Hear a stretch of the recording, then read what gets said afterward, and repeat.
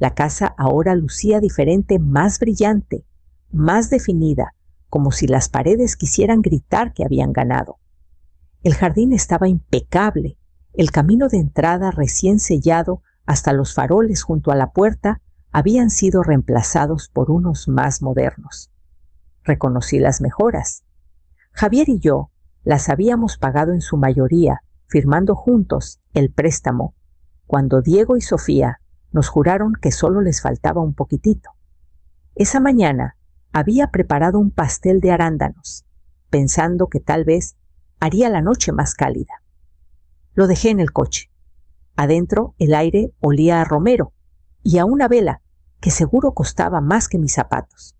Los tacones de Sofía resonaban en el piso mientras pasaba a mi lado con una sonrisa que apenas se notaba. Llevaba una blusa de seda color óxido y sostenía una copa de vino como si fuera un accesorio de moda. Diego ya estaba sirviendo tragos en la isla de la cocina, con las mangas arremangadas y el cabello cuidadosamente despeinado. Mamá dijo señalando la mesa: «Ya vamos a empezar». La mesa, larga de roble pulido. Un regalo mío del último día de Reyes. Diego apenas me dio las gracias. Ahora estaba cubierta con platos dorados falsos y cubiertos negros mate, como si perteneciera a otra persona. Me senté donde me indicaron, entre una ventana y una pared. Nadie preguntó cómo estaba. Nadie quiso saber cómo se sentía dormir sola en la casa donde el cepillo de dientes de Javier aún esperaba en el vaso. Pasamos la ensalada y fingimos ser familia. Diego carraspeó y levantó su copa a medias. Hemos estado pensando que tal vez es hora de simplificar algunas cosas, empezó. Sofía ni siquiera levantó la mirada de su celular. Mantuve mi tono suave. ¿Han hablado con Raúl ya sobre el fideicomiso, Sofía?, resopló, sin molestarse en fingir paciencia. Cállate, Mariana. Solo eres la viuda. Quédate calladita por ahora. Silencio. Diego soltó una risita. No lo dijo en ese sentido. Alejandro, mi hijo menor, también se rió desde el otro lado de la mesa sin mirarme a los ojos. Sentí que el tenedor se me resbalaba un poco. Hablaron sobre mí, alrededor de mí, como si ya fuera un fantasma. Dejé la servilleta, me levanté y salí sin decir nada. Dejé el pastel de arándanos en el asiento trasero. Ni siquiera revisé si se dieron cuenta. Cuando llegué a casa, el cielo estaba gris como el acero y la casa se sentía más pesada que de costumbre. Me hundí en el sillón de Javier y jalé la cobija sobre mis piernas, mis dedos rozando el tirador del cajón. No encendí las luces al llegar a casa. El silencio me envolvió como lana, áspero y cálido en los lugares equivocados. Me senté en el sillón reclinable de Javier, el que crujía cada vez que se recostaba demasiado, y jalé la cobija sobre mis piernas. Mi mano buscó los pañuelos que sabía que estaban en la mesita. Pero en cambio, mis dedos tocaron algo más firme, bordes de papel gruesos, ligeramente curvados. El cajón se abrió con un chirrido renuente, y ahí estaba un sobre con una sola letra M. Lo sostuve en mis manos por un largo rato, mi nombre mirándome fijamente con la letra de Javier. Él tenía la costumbre de escribir sus letras con demasiada claridad, como si no confiara en la cursiva. Contuve el aliento. No era el tipo de hombre que dejaba notas de amor o sorpresas. Mostraba cariño cambiando las llantas de mi coche o llenando el tanque antes de que me diera cuenta. Aún así, abrí el sobre despacio, cuidando de no romper las esquinas. Adentro había una carta doblada y un montón de documentos sujetos con un clip. La carta era corta. Si estás leyendo esto, algo ya salió mal. Quise decírtelo antes, pero sabía que intentarías arreglarlo en lugar de protegerte. Los chicos no son malos, pero no son buenos cuando creen que nadie los ve. Y Sofía, ella, es astuta, pero no amable. Lo vi venir el día que me enfermé. Todo está a tu nombre ahora. El negocio, las cuentas, las propiedades. Ellos no lo saben. Tú tienes el control. No dejes que te lo quiten. No dejes que te hagan sentir menos. Y si lo intentan, quema todo. Leí la carta 2 veces antes de tocar los documentos. Formularios de transferencia legal, poder notarial, títulos de propiedad sellados y notariados. La firma de Raúl en cada página, 8 meses atrás, durante la quimio, mientras seguíamos intentando tratamientos experimentales y fingiendo que el final estaba más lejos de lo que estaba. Mis manos temblaron. No de miedo, de algo más, algo que empezaba a romperse. Me levanté y encendí la luz. El sobre descansaba en mi regazo como una bengala. Abrí el closet y saqué mi viejo maletín. Al amanecer, la casa seguía fría. No había dormido, pero tampoco estaba cansada, solo alerta, como si mi cuerpo supiera que algo había cambiado y no me dejaría descansar hasta que respondiera. Me senté en la mesa del comedor, con el sobre a mi lado y la carpeta de documentos extendida al frente, alineada perfectamente. A las 7:01 de la mañana tomé el teléfono y marqué a Raúl Morales. Contestó al segundo timbre, su voz áspera pero firme. Mariana dijo: esperaba esta llamada, no tan pronto pero eventualmente. Encontré la carta, dije, la que Javier me dejó. Hubo una pausa. ¿Los documentos están con ella? Miré el montón. Sí, todo. Transferencias de títulos, autoridad de cuentas, hasta la escritura de la Casa del Lago. Entonces debemos verlos. Hoy. Manejé a su oficina sin encender el radio. La recepcionista me ofreció café que no acepté. Raúl me llevó a su oficina de esquina con el mismo librero polvoriento y un cuadro torcido que había estado ahí desde 1998. No perdimos tiempo con cortesías. Deslicé la carpeta sobre su escritorio. Ajustó sus lentes y comenzó a leer. Esto dijo, hojeando, es sólido como roca. Hizo estos cambios 8 meses antes de morir, justo después de su segunda ronda de quimio. Asentí. Lo recuerdo. Fue cuando Diego dejó de visitarlo. Raúl dejó la carpeta y me miró. Javier no se lo dijo a los chicos. No quería que rondaran como buitres. Me pidió que mantuviera todo en silencio hasta que estuvieras lista. ¿Estoy lista? Ya eres dueña de todo, dijo simplemente. La pregunta no es si estás lista. La pregunta es qué tan valiente quieres ser. Dejé que eso se asentara. Quiero activar el control total, hoy, sin notificaciones, solo acción. No parpadeó. Entonces empezaré con los bloqueos de cuentas y propiedades. Necesitarás firmar 6 autorizaciones. Trae identificación y mantén la cabeza en alto. Una vez que esto empiece, no hay vuelta atrás, limpia. No busco limpio, dije. Busco que se haga. Asintió una sola vez. Cuando salí de la oficina, el viento estaba más frío, pero no me ajusté el abrigo. Ya había comenzado a redactar la primera carta en mi cabeza. A mediodía, los papeles ya estaban en marcha. Raúl llamó desde su oficina para confirmar que los bloqueos habían surtido efecto, cuentas del negocio, acceso a propiedades, los servicios de la Casa del Lago, incluso la cuenta de corretaje vinculada al fideicomiso de la que Diego había estado sacando dinero. No pedí pruebas, no las necesitaba. La confirmación llegó en forma de silencio, un silencio amplio y largo, seguido de una onda que sentí antes de que llegara mi teléfono. A las 12:42, Diego intentó usar la tarjeta de la empresa Everly en un almuerzo con clientes. Fue rechazada. 2 veces. Para la 1:10, la línea de crédito de la boutique de Sofía marcó colateral insuficiente y bloqueó su cuenta de administradora. El banco la llamó para verificar un garante. Me encontraron a mí. No contesté. Pasé la tarde preparándome, sin discursos, sin ensayos emocionales, solo la carpeta, de cuero negro con hebilla, en la esquina llena de cada verdad notariada que ellos pensaban que tenían tiempo de reescribir. A las 5:15 estaba frente a su casa la misma que ayudamos a comprar con el nombre de Javier como cofirmante. la misma donde me pidieron que me sentara y me callara. Diego abrió la puerta con una mirada medio confundida, medio molesta, como si hubiera interrumpido una cena que no pagó. Entré sin esperar permiso. El olor de las velas caras aún flotaba en la entrada. Sofía salió de la cocina otra vez en seda, misma copa en la mano. Su sonrisa era delgada, tensa, temblando en las esquinas.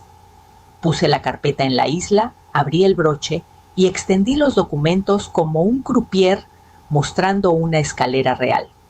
Les sugiero que lean esto con cuidado. Diego tomó la primera hoja y la hojeó.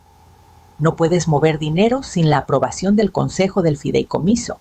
No hay consejo, dije con calma. Javier lo disolvió. Esto fue firmado, sellado y ejecutado meses antes de que muriera. Sofía dio un paso adelante la boca, ya formando la siguiente objeción. Esto dije entregándole la transferencia de título. Sellada no es una conversación, es una cortesía. Nadie habló. Cerré la carpeta, dejé los originales en el mostrador y salí sin mirar atrás. El último sonido que escuché fue el clic suave de la puerta principal al cerrarse, más silencioso de lo que esperaba. Cuando llegué a casa, mi teléfono comenzó a vibrar. Una vez, dos, luego sin parar. Primero Diego, 3 llamadas perdidas, un mensaje. ¿Qué pasa con las cuentas? ¿Por qué está todo restringido? Luego otro. Mamá, tenemos que hablar. Esto no está bien. No respondí. Sofía intentó después. Un mensaje de voz, su voz suave y melosa, de esa manera calculada suya. Mariana, esto se siente cruel. No sé por qué haces esto. Somos familia. Borré. Más llamadas llegaron y se fueron. Puse el teléfono boca abajo en la repisa de la ventana junto al fregadero justo detrás del jarrón de tulipanes que Javier me dio por nuestro 35º aniversario. El sol alcanzó el vidrio lo suficiente como para sentir que alguien me observaba y por un momento dejé que fuera él. A las 7:18 de la tarde llegó un nuevo mensaje, tono diferente, remitente diferente. Abuela, ¿estás bien, mamá? ¿Y papá? Están actuando raro. Algo sobre dinero. ¿Pasó algo? Era Lucía. Miré su nombre más tiempo del que debí. La niña siempre tuvo ojos más agudos que los demás. Fue la única que me abrazó fuerte después del funeral de Javier. La única que se quedó a ayudarme a apilar las sillas plegables. Leí su mensaje otra vez despacio. Respondí, estoy bien pequeña. Solo sabe que algunas cosas por fin están cambiando. Pasó un minuto, luego otro. La burbuja de escritura apareció, desapareció, volvió a aparecer. No llegó respuesta, no la presioné. Ese no era su peso para cargar. Pero me permití un respiro que no sabía que había estado conteniendo. No lo hizo más ligero, pero lo hizo más claro. Me levanté, cerré la puerta principal con llave y caminé al archivero, donde Javier guardaba las declaraciones de impuestos, los libros contables, las cosas que etiquetaba en mayúsculas.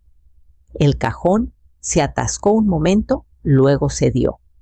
Y enterrado en la parte trasera, detrás de recibos viejos y formularios de seguro desvaídos, encontré algo que no había visto en años, las notas finales de auditoría de Javier garabateadas a lápiz. La nota estaba encajada entre formularios de Schedule C y una impresión desvaída de un estado de cuenta antiguo. Solo un cuadrado amarillo con la letra cuadrada y familiar de Javier vigila a Diego. Demasiado callado con las finanzas. La miré fijamente, las marcas de lápiz suavizadas por el tiempo pero aún legibles. Javier nunca exageraba. Si lo escribió, lo decía en serio. Aplané la nota y la puse junto a la carpeta en la mesa, el corazón firme, la mente afilándose. Esa mañana más tarde, Raúl llamó. «¿Querrás sentarte?», dijo. «Ya estoy sentada», respondí. Exhaló. Rastreamos los movimientos. Diego accedió a las credenciales de Javier después de su muerte y las usó para sacar préstamos contra la línea de crédito del negocio. Más de $500,000 de pesos, tal vez más. No hablé, solo escuché. Funeló los fondos a través de 2 cuentas fantasma, una vinculada a la renovación de la Casa del Lago. Los contratistas fueron pagados bajo un alias. Otra fue a una cuenta de boutique que manejaba Sofía, probablemente para saldar deudas personales. También hay cargos de casino en Puerto Vallarta varios fines de semana. La firma de Javier, pregunté. Falsificada. Mal hecha, además. Lo confirmaremos por la mañana. Asentí, aunque no podía verme. ¿Cuándo empezó esto? El primer retiro fue 10 días después de la segunda cirugía de Javier. Para entonces ya estaba en cuidados paliativos. Eso fue lo que finalmente pegó. No los números, no el fraude, el momento. Mientras yo cambiaba vendajes y leía horarios de medicamentos para el dolor, Diego estaba falsificando nuestras vidas formulario tras formulario. Seguiré investigando, dijo Raúl. Pero necesitas decidir hasta dónde quieres llevar esto. Le dije que lo llamaría de vuelta. Después de colgar, no lloré. Abrí el cajón otra vez y saqué el viejo diario de construcciones Everly que Javier guardaba detrás de los archivos de impuestos.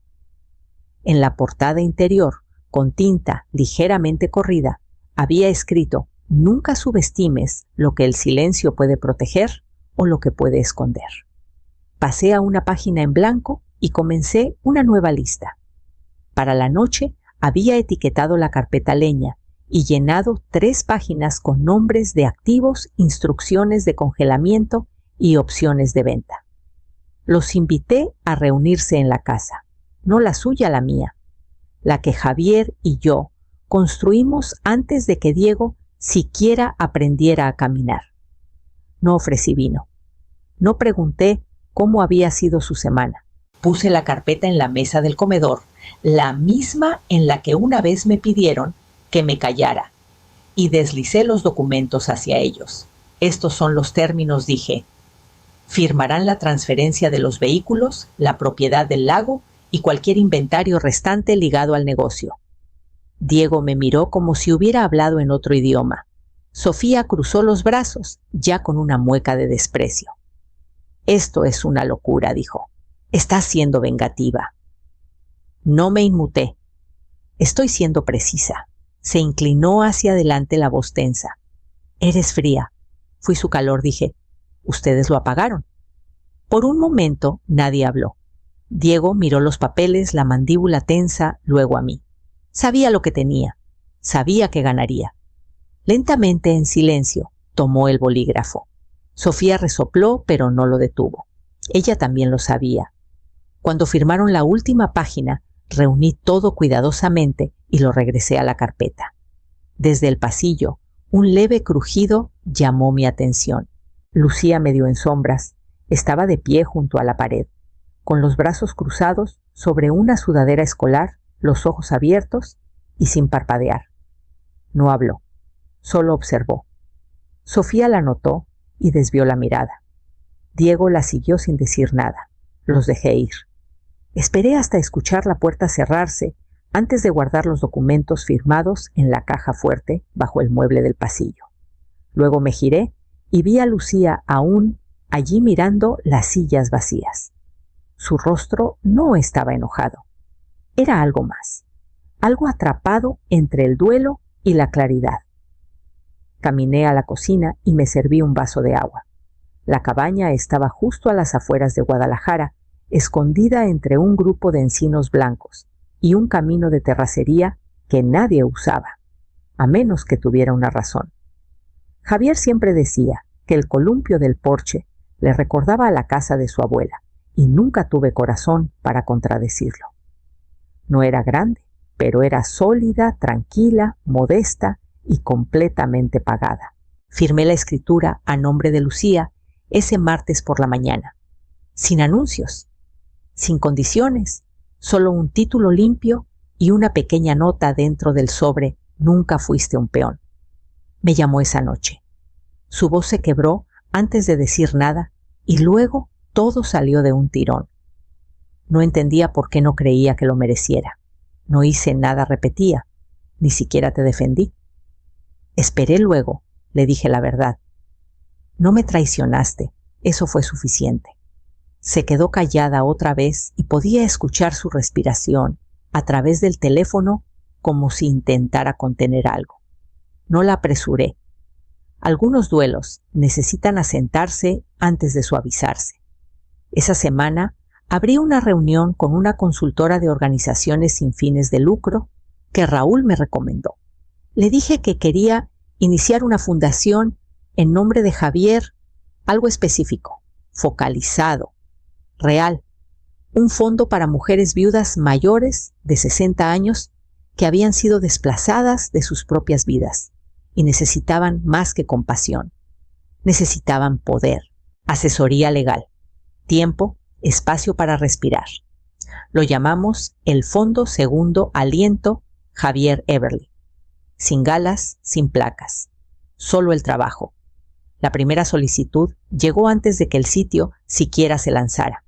Una carta escrita a mano de una mujer en Chihuahua. Sus hijos habían vaciado su cuenta antes de que las flores del funeral se marchitaran. La leí 2 veces luego. Aprobé la subvención en 1 hora. La venganza era demasiado pequeña para lo que quería. Ya no estaba aquí para hacerlos pagar. Estaba aquí para asegurarme de que mujeres como yo no tuvieran que elegir entre el silencio y la supervivencia. Esa noche me senté en los escalones traseros con una pluma y papel esbozando qué más podría salvarse aún. El sobre llegó un jueves. Sin remitente, solo mi nombre escrito pulcramente en el frente. Supe que era en el momento en que vi el sello rojo asomando por el papel. Una recomendación para evaluación psiquiátrica, revisión de capacidad presentada con la intención de cuestionar la autoridad del patrimonio. No me inmuté. Ni siquiera sentí enojo, solo frío. Profundo y constante.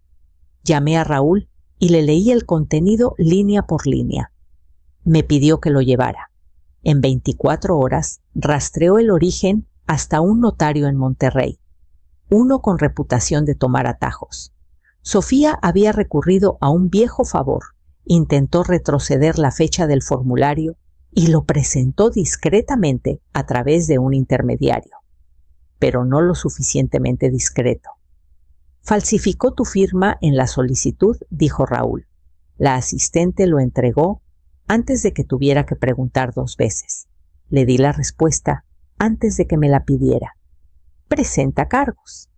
2 días después, una patrulla del sheriff entró en su entrada circular. Diego miró desde la ventana. No se movió, no salió. Sofía sí.